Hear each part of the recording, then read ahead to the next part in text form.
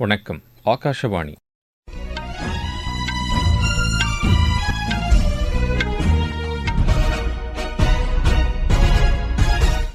செய்திகள் வாசிப்பவர் கோபாலகிருஷ்ணன். தலைப்புச் செய்திகள். குஜராத் முதலீட்டாளர்கள் மாநாட்டில் பங்கேற்க காந்திநகர் வந்துள்ள உலகத் தலைவர்களுடன் பிரதமர் திரு நரேந்திர மோடி இன்று ஆலோசனை நடத்தவுள்ளார். பிரிட்டன் பாதுகாப்பு அமைச்சருடன் இருதரப்பு உறவுகள் மற்றும் பாதுகாப்புத் துறையில் ஒத்துழைப்பு தொடர்பாக பேச்சுகள் நடத்த பாதுகாப்புத்துறை அமைச்சர் திரு ராஜ்நாத் சிங் லண்டன் சென்றடைந்துள்ளார். மத்தியில் பிஜேபி தலைமையிலான அரசு பொறுப்பேற்ற பின்னர் மருத்துவ படிப்புகளுக்கான இடங்கள் இதுவரை இல்லாத அளவிற்கு அதிகரிக்கப்பட்டுள்ளதாக சுகாதாரத்துறை அமைச்சர் திரு மன்சுக் மாண்டவியா கூறியுள்ளார். ஹமாஸ் பிடியில் உள்ள அமெரிக்கர்களை பாதுகாப்பாக விடுவிப்பது தொடர்பாக இஸ்ரேல் பாதுகாப்புத்துறை அமைச்சருடன் அமெரிக்க நாடாளுமன்ற உறுப்பினர்கள் ஆலோசனை நடத்தினர்.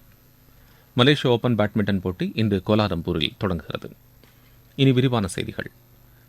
குஜராத் முதலீட்டாளர்கள் மாநாட்டில் பங்கேற்க வந்துள்ள உலகத் தலைவர்களுடன் பிரதமர் திரு நரேந்திர மோடி இன்று காந்திநகரில் ஆலோசனை நடத்தவுள்ளார். முதலீட்டாளர் மாநாட்டை முன்னிட்டு துடிப்புமிகு குஜராத் சர்வதேச வர்த்தக கண்காட்சியையும் பிரதமர் திரு நரேந்திர மோடி தொடங்கி வைக்கவுள்ளார். முதலீட்டாளர் மாநாட்டை நாளை தொடங்கி வைத்து உரையாற்ற உள்ள பிரதமர் உலக புகழ்பெற்ற சர்வதேச நிறுவனங்களின் தலைமை நிர்வாகிகளை சந்தித்து பேசவும் திட்டமிட்டுள்ளார். முன்னதாக 3 நாள் பயணமாக நேற்று அகமதாபாத் சென்றடைந்த பிரதமர் திரு நரேந்திர மோடியை விமான நிலையத்தில் குஜராத் ஆளுநர் திரு ஆச்சாரி தேவ்ராத், முதலமைச்சர் திரு பூபேந்திர பாட்டீல் மற்றும் மாநில அமைச்சர்கள் வரவேற்றனர். பிரிட்டன் பாதுகாப்பு அமைச்சருடன் இருதரப்பு உறவுகள் மற்றும் பாதுகாப்புத் துறையில் ஒத்துழைப்பு தொடர்பாக பேச்சுகள் நடத்த பாதுகாப்புத்துறை அமைச்சர் திரு ராஜ்நாத் சிங் லண்டன் சென்றடைந்துள்ளார். அவருடன் பாதுகாப்பு ஆராய்ச்சி மற்றும் மேம்பாட்டுக் கழகம், முப்படையின் தலைமை அலுவலகம், பாதுகாப்பு உற்பத்தி பிரிவுகளைச் சேர்ந்த மூத்த அதிகாரிகள் அடங்கிய உயர்நிலைக் குழுவும் சென்றுள்ளது. லண்டனில் அமைச்சர் திரு ராஜ்நாத் சிங் பிரிட்டன் பாதுகாப்புத்துறை அமைச்சர் திரு கிராண்ட் ஷாப்ஸை சந்தித்து இருதரப்பு உறவுகள் குறித்து பேச்சுகள் நடத்தவுள்ளார். பாதுகாப்பு தளவாட உற்பத்தியில் ஒத்துழைப்பு உள்ளிட்ட பல்வேறு விஷயங்கள் தொடர்பாக இருவரும் விரிவாக பேச்சு நடத்த திட்டமிட்டுள்ளதாக பாதுகாப்பு அமைச்சகம் தெரிவித்துள்ளது. பிரிட்டன் பிரதமர் திரு ரிஷி சுனக், அந்நாட்டு வெளியுறவுத்துறை செயலாளர் ஆகியோரையும் அவர் சந்தித்து பேச திட்டமிட்டுள்ளார். பிரிட்டனில் செயல்படும் ராணுவ தளவாட உற்பத்தி ஆலைகளின் தலைமை நிர்வாகிகளையும் பாதுகாப்புத்துறை அமைச்சர் திரு ராஜ்நாத் சிங் சந்தித்து பேச உள்ளார்.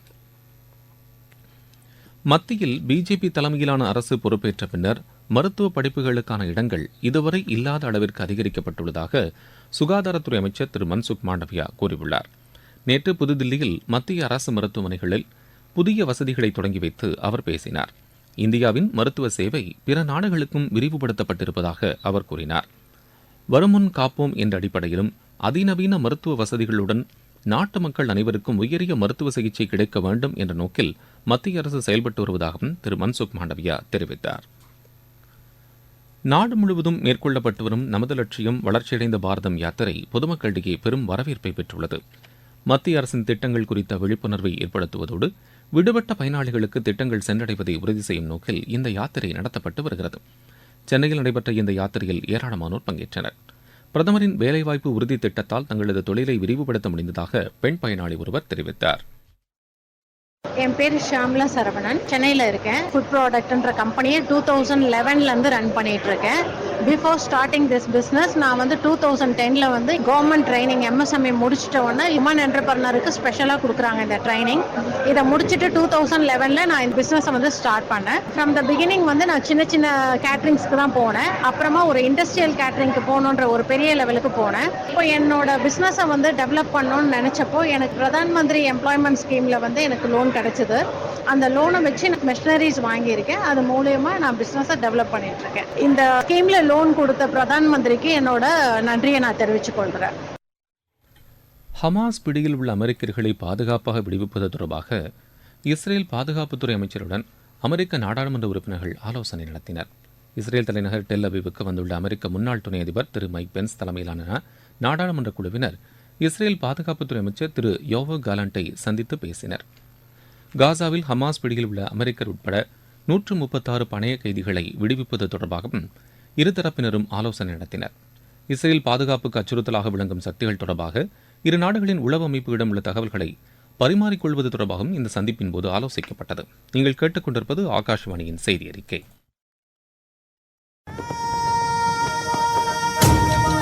यही समय है, सही समय. இதுதான் வேளை, சரியான வேளை. ஒவ்வொரு தேசத்தின் வளர்ச்சி பயணத்தின் போதும் தேசம் முன்வந்து புதிய உறுதிப்பாடுகளோடு முன்னேற்ற பாதையிலே பயணிக்கக்கூடிய அற்புதமான ஒரு வேளையும் பிறக்கும். புதிய பாரதத்தின் துவக்கத்தின் இது அமுத காலம். இதுவே கோடானு கோடி நாட்டு மக்களுடைய உறுதிப்பாடாகும். அமுத காலம் 25 ஆண்டுகளுக்கு ஆனது. ஆனால் நாம் நம்முடைய லட்சியங்களை அடைவதற்காக இப்போதிலிருந்தே முனைப்புடன் செயல்பட வேண்டும். भारत को गढ़ने का यही समय है.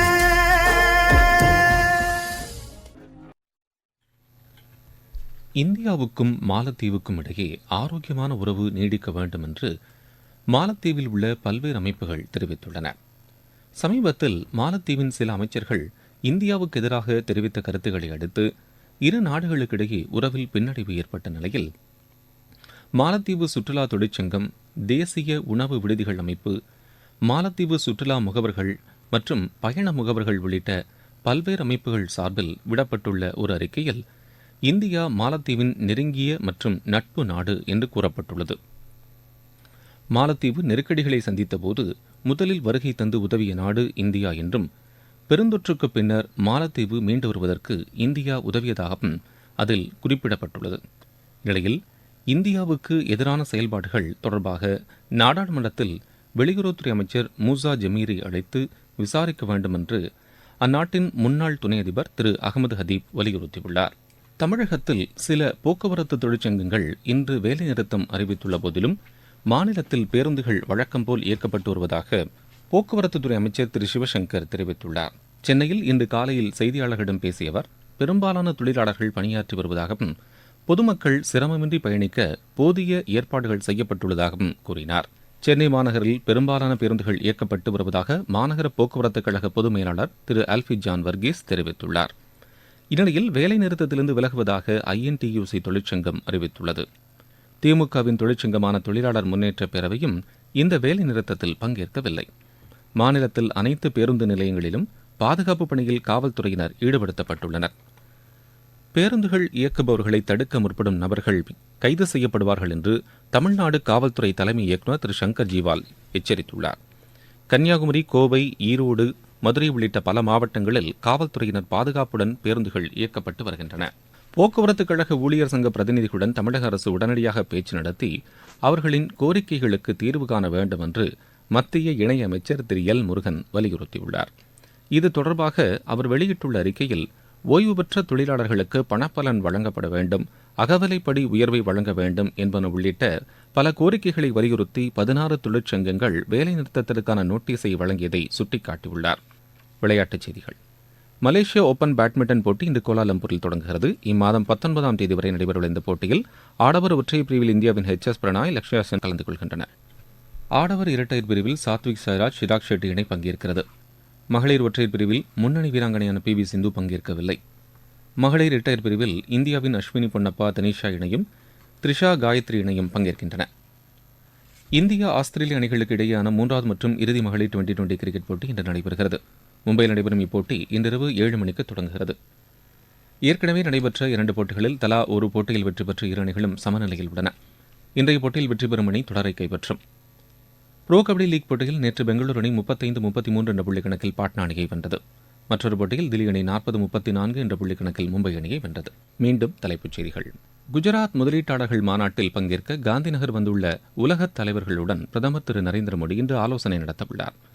பிரிட்டன் பாதுகாப்பு அமைச்சருடன் இருதரப்பு உறவுகள் மற்றும் பாதுகாப்பு துறையில் ஒத்துழைப்பு தொடர்பாக பேச்சுகள் நடத்த பாதுகாப்புத்துறை அமைச்சர் திரு ராஜ்நாத் சிங் லண்டன் சென்றடைந்துள்ளார். மத்தியில் பிஜேபி தலைமையிலான அரசு பொறுப்பேற்ற பின்னர் மருத்துவ படிப்புகளுக்கான இடங்கள் இதுவரை இல்லாத அளவிற்கு அதிகரிக்கப்பட்டுள்ளதாக சுகாதாரத்துறை அமைச்சர் திரு மன்சுக் மாண்டவியா கூறியுள்ளார். ஹமாஸ் பிடியில் உள்ள அமெரிக்கர்களை பாதுகாப்பாக விடுவிப்பது தொடர்பாக இஸ்ரேல் பாதுகாப்புத்துறை அமைச்சருடன் அமெரிக்க நாடாளுமன்ற உறுப்பினர்கள் ஆலோசனை நடத்தினர். மலேசிய ஓபன் பேட்மிண்டன் போட்டி இன்று கோலாலம்பூரில் தொடங்குகிறது. இத்துடன் இந்த செய்தி அறிக்கை நிறைவு பெறுகிறது.